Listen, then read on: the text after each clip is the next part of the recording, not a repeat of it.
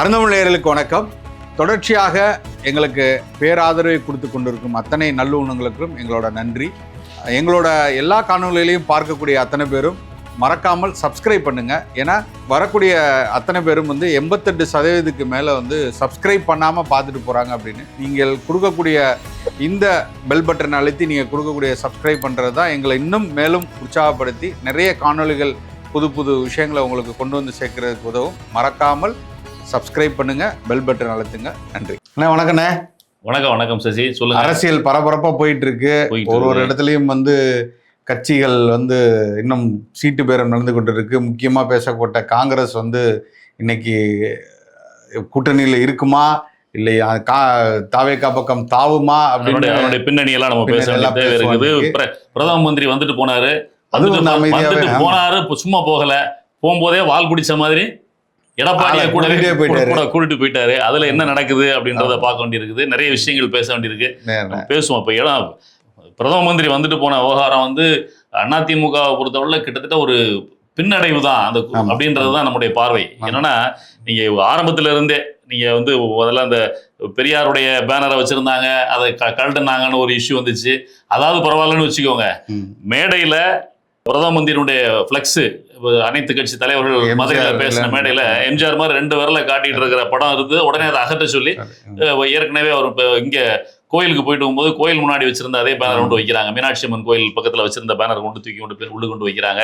இந்த மாதிரி ஒவ்வொரு விஷயங்கள் இதெல்லாம் பார்க்க வேண்டியிருக்கு. அது இல்லாம நமக்கு என்னன்னா, நம்ம திருப்பரங்குன்றம் கோயில் விவகாரத்துல தீக்குளிச்ச பூர்ண சந்திரனா அவர் மனைவியை போய் சந்திக்கிறாரு, பிள்ளை அதே மேடையில பேசுறாரு. நான் என்ன சொல்றேன், ஒரு கோயில் விவகாரம் அது குறைத்து நம்ம மதிப்பிடல, ஒரு உயிர் அதுல ஒன்றும் குறைத்து மதிப்பிடல.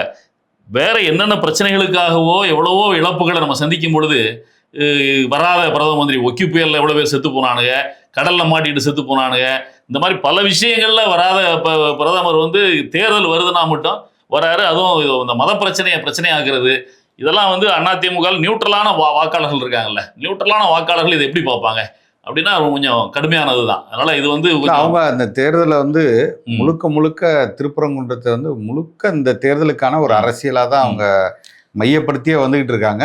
அதுல பலன் அடைவோன்னு நினைச்சு பல விஷயங்களை செய்ய ஆரம்பிச்சாங்க.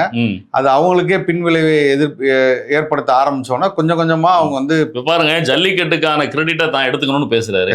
ஜல்லிக்கட்டுக்கு எப்படிப்பட்ட போராட்டம் நடந்துச்சு, அரசாங்கத்துக்கு அழுத்தம் கொடுத்து வேற வழி இல்லாம மக்கள் தான் அரசாங்கத்தை பணிய வச்சாங்க.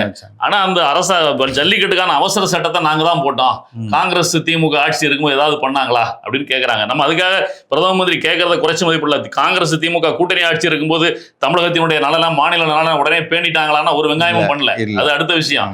காங்கிரஸா இருந்தாலும் சரி, பாஜக இருந்தாலும் சரி, மாநில நலன் அதுவும் தமிழ்நாட்டு நலன் அப்படின்னா அவங்களுக்கு வேப்பங்காய் தான். அதை பெருசா யாருமே பாக்குறது இல்லை. அதனால அது வந்தாரு போனாரு. இப்ப அடுத்து 8ஆம் தேதி திரும்ப வராரு போல இருக்கு. என்ன பண்ண போறாரு, 8ஆம் தேதியோ 10ஆம் தேதியோ வராரு. அவர் வர்றதுனால ஒரு பெரிய இம்பாக்ட் இருக்குன்னு நினைச்சாங்க. ஆனா இந்த முறை அது பெரிய அவங்களுக்கே சரிவாதான் இருக்கிற மாதிரி தோணுது. ஏன்னா வந்த உடனே திருப்பி இபிஎஸ் அவர்கள் போனதா இருக்கட்டும், இங்கு நடக்கக்கூடிய கலசூழல் இருக்குல்ல, ஒரு பக்கம் திமுக தன்னுடைய கூட்டணி பலத்தை அதிகரித்து கொண்டே வருகிறது. அது ஒரு பக்கம் திமுக கூட்டணி பலத்தை அதிகரித்து வருகிறது நம்ம சொல்லும் போது, எடப்பாடி ஸ்டாலின் வீட்டு பக்கம் போறவங்களெல்லாம் கூப்பிட்டு கூட்டணிக்கு உள்ள இழுத்து போட்டுறாருன்னு சொல்றாரு. இதை பிரதம மந்திரியோட மேடையில பார்த்தா மேடை பக்கம் போனவங்களெல்லாம் பிடிச்சி மேடையில தூக்கி உட்கார வச்ச மாரஞ்சி அந்த ஜி இந்த ஜின்னு அவரு ஒரு பிரதம மந்திரி அவருடைய பேரை வரிசையா சொல்லும் போது கூட முக்கியமான ஆட்கள் பேரை சொல்றதுல இவங்க பேரை தான் முக்கியமா சொன்னாரு. நீங்க பாத்தீங்கன்னா பாரிவேந்தர் பேரெல்லாம் கூட கடைசி தான் சொன்னாரு. அதுக்கு முன்னாடியே முருகன்ஜி பேரு பக்கத்துல உட்கார்ந்துருக்காரு. யார் யார் பேர் தெரியாத ஆட்கள் எல்லாம் மேடையில உட்கார வச்சு, அப்ப 2 பேருமே திமுகவுக்கும் சரி அதிமுகவும் சரி இந்த தேர்தல் ஒரு உதறலான தேர்தலா தான் இருக்கு. ரொம்ப பயப்படுறாங்க 2 பேருமே, எங்க என்ன நடக்கும். பயத்தோட வெளிப்பாடு தானே 38 லட்சம் பேருக்கு 2000 ரூபாய் சிறப்பு. அது பாருங்க, நேற்று ஒரே நைட்டோட நைட்டா எல்லாமே. அதாவது இந்த 110 விதியின் கீழே சட்டமன்றத்துல எதையா அறிவிப்பாங்க. இப்ப 110 விதிலாம் இல்ல, தூங்கி எந்திரிச்சு அந்த ராபின்ஹுட் ஸ்டைல்ல தூங்கி எந்திரிச்சு காலில் பார்த்தா பேங்க் அக்கௌண்ட்ல ராபின்ஹுட் வீட்டு வாசல்ல கொள்ளை அடிச்சு வீட்டு வாசல்ல போட்டு போறேன்னு சொல்லுவாங்க. இந்த நவீன ராபின்ஹுட்டுகள் வங்கி கணக்கு மூலமா எல்லாருக்கும் உள்ளுக்கு போட்டுறாங்க. 2000 3000 நவீன ராபின்ஹுட் தான் நினைக்கிறேன். அவனாவது ஒரு ஒரு நோக்கம் இருந்த மாதிரி தெரிஞ்சு. இவர் வந்து தான் அடிச்ச கொள்ளையில தேர்தல் மட்டும் தான் நோக்கம், அது மக்கள்கிட்ட இருந்தே அடிக்கிறார். அவங்கள்ட்ட இருந்தே திருடி அவங்க காசை எடுத்து கொண்டு வந்து கொடுக்கறதுங்கிற இருக்குல்ல, அது வந்து பச்சை அயோக்கியத்தானே நான் சொல்லுவேன். இந்த முறை வந்து தேர்தலை வந்து திமுக அணுகிறது வந்து அவங்களுக்கு இவ்வளோ பெரிய கூட்டணின்னு சொல்லக்கூடிய கூட்டணி பலம் இருந்துமே இவர்கள் எங்க போய் நிக்கிறாங்கன்னா காசை நம்பி நிக்கிறாங்க. மக்கள்கிட்ட அவங்க நன்மதிப்பை பெறலங்கிறத இதை காட்டுது. கண்டிப்பா கண்டிப்பா. எல்லா இடத்துலயும் நீ பணத்தை கொண்டு போய் விரயமாக்குற, கொண்டு போய் இறக்கிற அப்படின்னா இதை தாண்டி நீ வந்து தேர்தல் அப்ப வேலை செலவு செய்வ. அங்க இருக்கிற வாக்கக உறுப்பினருக்கு நீ வந்து பல லட்சம் ரூபாய் செலவு செஞ்சு அவனுக்கு வந்து அவனை தயார்படுத்தி கொண்டே இருக்கிற அந்த இடத்துல நீ என்னென்ன வேலை செய்யணும். அப்ப இதெல்லாம் எதை நோக்கி போகுது அப்படின்னா திமுக மிக மோசமான இந்த ஆட்சியை கொடுத்திருக்கிறது. அதற்கு மக்கள் ரொம்ப எதிர்ப்பாக இருக்கிறதை மனதில் வைத்து கொண்டுதான் இவ்வளவு கூட்டணி இருந்தும் அவங்களுக்கு ஒரு அச்சம் இருந்துகிட்டே. கண்டிப்பா. அதாவது இதுக்கு முன்னாடி நடந்த தேர்தல்கள்லாம் கூட ஒரு சில தேர்தல்கள் தவிர்த்து மற்ற தேர்தல்லாம் பார்த்தீங்கன்னா தேர்தலுக்கு முன்னாடியே தெரிஞ்சிடும் கிட்டத்தட்ட இந்த கூட்டணி வெற்றி பெறுவதற்கான வாய்ப்பு இருக்குன்னு சொல்லி. ஆனால் இந்த முறை வந்து அது வந்து எல்லாருக்குமே அதனுடைய ரிசல்ட் அப்படின்றது வந்து மதில் மேல் பூனை அப்படின்ற நிலைமையில இருக்கிறதுனால தான் ரெண்டு பேருமே பதறாங்க. கூட்டணி பேச்சுவார்த்தை என்ற பேர்ல இழுபறி நடக்குது. இப்போ திமுகவில் வந்து காங்கிரஸுக்கும் திமுகவும் கூட்டணி பேச்சுவார்த்தை நடந்துகிட்டு இருக்குது, இழுபறியில் போயிட்டு இருக்குது. சின்ன சின்ன கட்சிகளை கூப்பிட்டு செட்டில் பண்ணிட்டு இருக்காங்க. எங்க கட்சி சின்னத்தில் இல்லைங்க குறைவாக கொடுத்து விடுதலை சிறுத்தைகள் முக்கியமான இதெல்லாம் இருக்கு. விடுதலை சிறுத்தைகள் பேசல. அது இல்லாம தேமுதிக கூட்டணி நேற்று பாத்தீங்கன்னா தேமுதிகவுக்கு வந்து ஒரு எம்பி சீட்டை கொடுத்துட்டாங்க. பாருங்க அண்ணே, தேமுதிக கொடுக்கலனே அவங்க. ஆமா, அதுதான் அது அது அது அது அது வேற மாதிரி பார்க்க வேண்டிய தேவை ஏற்படும். வேற மாதிரி இல்ல, அது மாதிரி தான் பார்த்தாக மணவாடுகளுக்கு கொடுத்த மாதிரி தான் தெரியுது, கொடுத்த மாதிரி தெரியுது. நீங்க பாருங்க, செல்வ பெருந்தகையினுடைய மகளுடைய நிச்சய நிகழ்ச்சிக்கு போயிட்டு அங்க இருந்து ஏவா வேலுவும் சுதீஷும் ஒரே வாகனத்துல அறிவாலயத்துக்கு வர்றாங்க. வரும்போதே அது வந்து பத்திரிகை இது ஊடகங்கள்ல எல்லாம் செய்திகள் வெளியே வந்துருச்சு. வந்து பேசி இரவோட இரவா அவர் அறிவிச்சுட்டு போறாரு, ஒரு எம்பி சீட்டு கொடுத்துட்டாங்க ராஜ்யசபாவுக்கு அப்படின்னு. அது யாருக்கு கொடுப்பாங்கன்னு தெரியும், குடும்ப கட்சின்னு வச்சுக்கோங்க. குடும்பமே இணைஞ்சிட்டாங்கிற மாதிரி தானே, ஒரு வீட்டுல பொண்ணு எடுக்கிறதா தானே. அதுதான் இதுல அடிப்படையே அதுதான். தேமுதிக அண்ணா திமுக கூட்டணிக்கு போகாம திமுக கூட்டணிக்கு வந்ததனுடைய பின்னணியிலே மிகப்பெரிய ரகசியங்கள் இருக்குதுன்னு பரவலா பேச்சு வர ஆரம்பிச்சிருச்சு. ஏன்னா அண்ணா திமுக கூட்டணியில தான் பேசிட்டு இருக்கதா சொன்னாங்க. திமுகவுக்கு வர்றதா கடைசி வரைக்கும் யாருமே எதிர்பார்க்கல. அதுக்கு திமுக கூட்டணியில அவங்க பேச வர்றதுக்கு முதல் நாள் கோயம்புத்தூர்ல ஜக்கி வாசுதேவ் நடத்துற நிகழ்ச்சியில போய் கலந்துக்கிட்டு அதிமுக நபர்களோடும் பாஜக நபர்களோடும் எல்லாத்தையும் பேசிட்டு தான் அம்மா வந்தாங்க. ஆனா மறுநாள் பார்த்தா திடீர்னு வந்து உட்கார்ந்ததுக்கு அப்புறம் தான் தகவல் எல்லாம் வெளியே தெரியுது. அம்மையார் விஜயகாந்தினுடைய மனைவி பிரேமலதா அவர்கள் தன்னுடைய மகனுக்கு ஏவா வேலுவனுடைய குடும்பத்தில் இருந்து பெண் எடுப்பதற்கான வேலை நடந்து கொண்டிருக்கிறது. அதனுடைய பின்னணி தான் இந்த கூட்டணி எல்லாம் கணக்குகள் எல்லாமே அதுல இருக்குது அப்படின்றதுனாலதான். அதனாலதான் நேற்று வந்து ஏவா வேலுடைய வாகனத்துல தான் அவர் வர்றாரு, வந்து கூட்டணியை பேசுறாரு, எம்பி சீட் வாங்கிட்டு போயிடுறாரு. ஆனா எம்எல்ஏ சீட்டை அறிவிக்கல. அறிவிக்காததுக்கு காரணம் என்னன்னா, இவங்களுக்கு கொஞ்சம் அதிகமா கொடுத்தாங்கன்னா பின்னாடி காங்கிரஸ் நிற்கும், விடுதலை சிறுத்தைகள் நிற்கும், அந்த பிரச்சனை இருக்குது. அது எங்க எப்படி வெடிக்க போகுதுன்னு தெரியல. பாருங்க, தமிழர்களுடைய கட்சிகள் 1000 இருக்குது, பொதுவான கட்சிகள் இருக்குது. அதுக்கு கிடைக்காத முக்கியத்துவம் சென்ற தேர்தலில் 0.4% வாக்கு தான் வாங்கியிருக்கிறாங்க. அமமுக கூட்டணியில போய் நின்று மிக குறைவான 0.4% வாக்கு தான் வாங்கியிருக்கிறாங்க. போன தேர்தலில் அதிமுகவோட சேர்ந்து கூட்டணியில் நின்றிருந்தாலும் கூட பெரிய அளவுல வாக்குகள் வாங்க முடியல அவங்களால.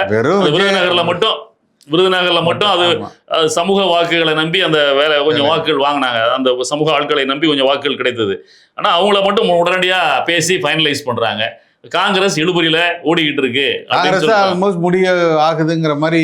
நேற்று நம்ம போயிட்டு நேற்று ஒரு சிதம்பரம் போய் பேசிட்டு வந்து டெல்லியில போய் தகவல் வந்து இன்னைக்கு நமக்கு கிடைத்த தகவல் 30 எம்எல்ஏக்கள் 2 எம்பிக்கள் ராஜ்யசபா எம்பிக்கள் அப்படின்னு சொல்லி ஃபைனலா பேசியிருக்கிறதாகவும், திமுக வந்து 30 எம்எல்ஏக்களுக்கு ஓகே சொல்லிட்டதாகவும், ஒரு எம்பி இந்த தேர்தலில் கொடுத்துடுறோம், இன்னொரு ராஜ்யசபா எம்பி அடுத்து சிதம்பரம் அவரோட முடியும் பொழுது அது கொடுத்துருக்கிறதாகவும் பேசியிருக்கிறதாகவும் இன்னைக்கு மாலைக்குள்ள அந்த செய்திகள் வெளிவந்துடும் அப்படின்றது நமக்கு நம்பகமான இடங்களே கடந்த சிதம்பரத்தை தட்டி எழுப்பி வேற வழி இல்லாம. ஆனாலும் இந்த இதுல வந்து செட்டில் ஆனா கூட இந்த தேர்தல் முடிஞ்சதுக்கு அப்புறம் திமுக காங்கிரஸ் கூட்டணி இதே மாதிரி தொடருமா அப்படின்றது ஒரு சந்தேகத்துக்குரியதான். அவரை உள்ள சேர்க்கலானே இந்த கிரீஷ் சோடங்கர்னா ஒருத்தர் ஜோக்கர் வந்தாரு, சோடங்கர்லாம் வந்து பேசினாரு வச்சாரு, உள்ளூர்காரங்க எல்லாம் பேசினாங்க. அதன் வெளிப்பாடு தான் இன்னைக்கு காலையில நம்ம இவரு மக்களவை கொறடா மாணிக் தாகூர் வந்து ட்வீட் பண்ணிட்டாரு எக்ஸ் வலைதளத்துல. என்னதான் நமக்கு தனிப்பட்ட வெறுப்புகள் இருந்தாலும் கூட தலைமை ஏதாவது சொன்னா அந்த தலைமை சொல்லுவதை நம்ம வந்து கேட்டுக்கணும் அப்படின்றது. காரணம்னா கிட்டத்தட்ட முடிஞ்சிச்சு 30+2 அல்லது 30+1 இந்த சூழ்நிலை முடிஞ்சிச்சுன்றதுதான்.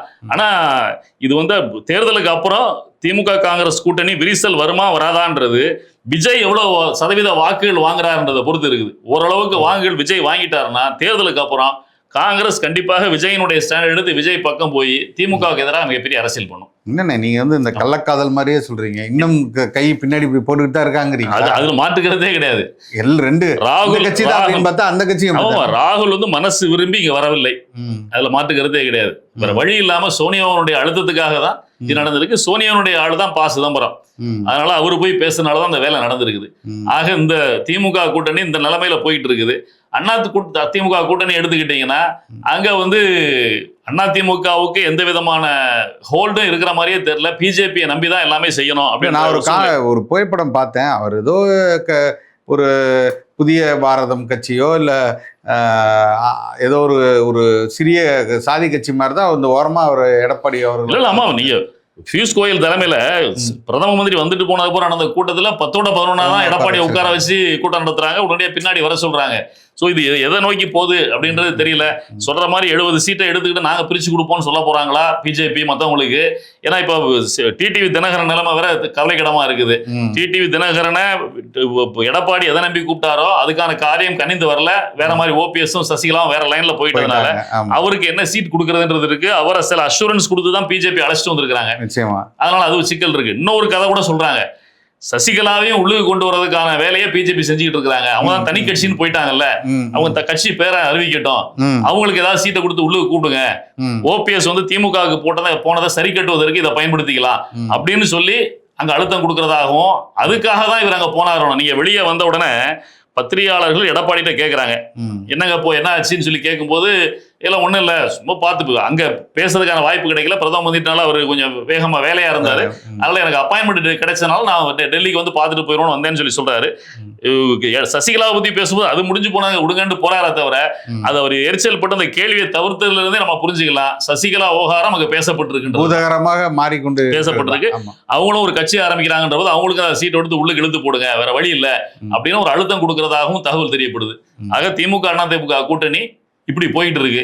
இதுல மூணாவதா குறுக்க மறுக்கும் ஓடிக்கிட்டு இருக்க அணில் குட்டிகளை பாத்தீங்கன்னா இன்னைக்கு தஞ்சாவூர்ல கையில நெல்மணி எடுத்துட்டு போயிட்டாரு. அவரு ஒவ்வொரு இடத்துக்கு போகும்போது அந்த இடத்துக்கு ஏத்த மாதிரி வேஷம் போடுறதுனால இன்னைக்கு அங்க தஞ்சாவூர் போறதுனால விவசாயிகள் வேஷத்தை போட்டு கழுத்துல பச்சை கலர் துண்டை போட்டு கையில நெல்மணிகள் எல்லாம் தூக்கிட்டு போயிருக்கிறாரு. அவரு பேசினதை பார்த்திருப்பீங்க. நேற்றே அறிவிக்க கொடுக்குறாரு அதனுடைய பொதுச் செயலாளர், யாரும் வாகனத்துக்கு பின்னாடி வராதீங்கன்னு சொல்லி. ஆனா அது கேட்டுருவாங்களா என்ன? எல்லாரும் வந்து நீங்க பாத்தீங்கன்னா இன்னைக்கு பாத்தீங்கன்னா ஏகப்பட்ட விபத்துகள், சாலை விபத்துகள். அவருடைய வாகனத்துல வராங்க, கீழே விழுந்து கை கால உடைஞ்சு பெண்கள் கொடுமை, அது அதெல்லாம் மிகப்பெரிய கொடுமை. அந்த கூட்டத்தெல்லாம் பார்க்கும்போது குழந்தையோட வர்றாங்க.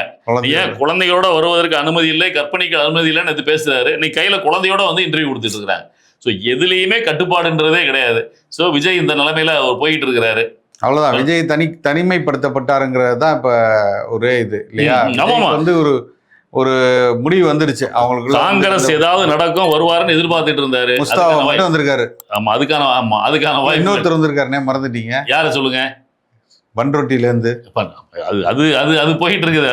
அது அவரு கூட தன்னுடைய கட்சி வந்து சுயேட்சை சின்னத்துல தான் அங்க நிக்கும். ஆதரவு தெரிவித்து எங்களுக்கு 1-2 இடங்களை வாங்கி கூட அவ்வளவுதான். ஆமா அவ்வளவு. அதனால வேற வழி இல்லாம கட்சிகள் எதுவும் அவர்கிட்ட கூட்டணி போறதுக்கு வாய்ப்பு இல்லை. இப்படிதான் இருக்குது நிலவரம். இன்னைக்குள்ள நிலவரம் இப்படி இருக்குது. இன்னைக்கு இரவுக்குள்ள காங்கிரஸ் கூட்டணி உறுதிப்படுத்த. நீங்க சொன்ன மாதிரி எனக்கு தெரிஞ்சு 30. நீங்க உங்களுக்கு தகவல் சரியாதான் இருக்கும். 30ஓட முடிவு. கடைசியில இதுல வந்து எதுவுமே இல்லாம நாங்க பாட்டுக்கு மக்களை நோக்கி போயிட்டு இருக்கிற ஒரே ஆளு அண்ணன் சீமான் தான். இன்னைக்கு சென்னையில வந்து சென்னையினுடைய வேட்பாளர்கள் எல்லாரையும் ஒரே மேடையில ஏற்றி அறிமுகப்படுத்தி கூட்டம் இப்போ போட போறாங்க. சோ இதை நோக்கி இன்னைக்கு வந்து நகர்ந்து போயிட்டு இருக்குது. இது வேற என்ன தகவல் உங்களுக்கு? இன்னொரு முக்கியமான தகவல் நம்ம பேசணும். அதாவது இன்னைக்கு காலை பத்திரிகைகள் எல்லாம் வந்திருக்குது. ஈரான்ல வந்து அந்த குழந்தைகள் 180 குழந்தைகள் கொல்லப்பட்டது, எல்லாருக்கும் ஒரே இடத்துல கல்லறை கட்டி அதை புதைக்கிறது. இதை பார்க்கும் பொழுது ரொம்ப ரொம்ப ஆமா, இதை பார்க்கும்போது நமக்கு செஞ்சோலை தான் நினைவுக்கு வருகிறது. நிச்சயமா போர்ல வந்து 2 நாடுகள் மோதிக்குது, இது எல்லாமே அதிகாரத்துக்கான யுத்தம் தான். அதிகாரத்துக்கான யுத்தம்னு சொல்றதை விட இந்த பிரச்சனையை பற்றி எல்லாம் நிறைய பத்திரிகைகள் பேசும் பொழுது இது நம்ம ட்ரம்ப் வந்து பலவேட்டை தானே. ட்ரம்ப் வந்து தன்னை பற்றிய சில சீக்ரெட் அந்த ஃபைல்ஸ் எல்லாம் வெளியே வருதுன்னு சொல்றாங்கல்ல, அதனுடைய தாக்கத்தை குறைக்கணும், மக்கள்கிட்ட அதை பார்வையிலிருந்து தடுக்கணும் அப்படின்றதுக்காக தான் அந்த போர் முன்னிறுத்துகிறார் அப்படின்ற மாதிரி சில பேச்சுகள் இருக்குது. எதுவா இருந்தாலும் சரி, அரசியலுக்காகவோ இல்லை அதிகாரத்துக்காகவோ நடந்த வேட்டைக்காடுகளாக மாற்றிட்டு சண்டை போட்டுட்டு இருந்தாலும் கூட இந்த போருக்கு சம்பந்தம் இல்லாத குழந்தைகள் கொல்லப்படுகிறார்கள் அப்படின்றது வந்து ரொம்ப மிக கொடுமையான ஒரு விஷயம். அதனால தயவு செய்து இதை வந்து சண்டையிடுகிற நாட்டினுடைய தலைவர்கள் இதை யோசித்து பார்க்கணும். நமக்கு அந்த ஈரான்ல புதைக்கப்பட்ட அந்த இதை பார்க்கும்போது நம்ம வந்து 2009 வந்து இலங்கையில செஞ்சோலையில குழந்தைகள் கொல்லப்பட்ட அந்த விடயம் தான் நமக்கு கண்முன்னாட வந்து போகுது. அதனால அதை கொஞ்சம் தயவு செய்து பார்த்து சிந்தித்து போரிடர்கள் போரிடணும், முடிந்த அளவுக்கு அமைதியை கொண்டு வரதுக்கான வேலையை செய்யணும். இதுதான் இன்னைக்கு உள்ள நிலவரம். நன்றி, வணக்கம்.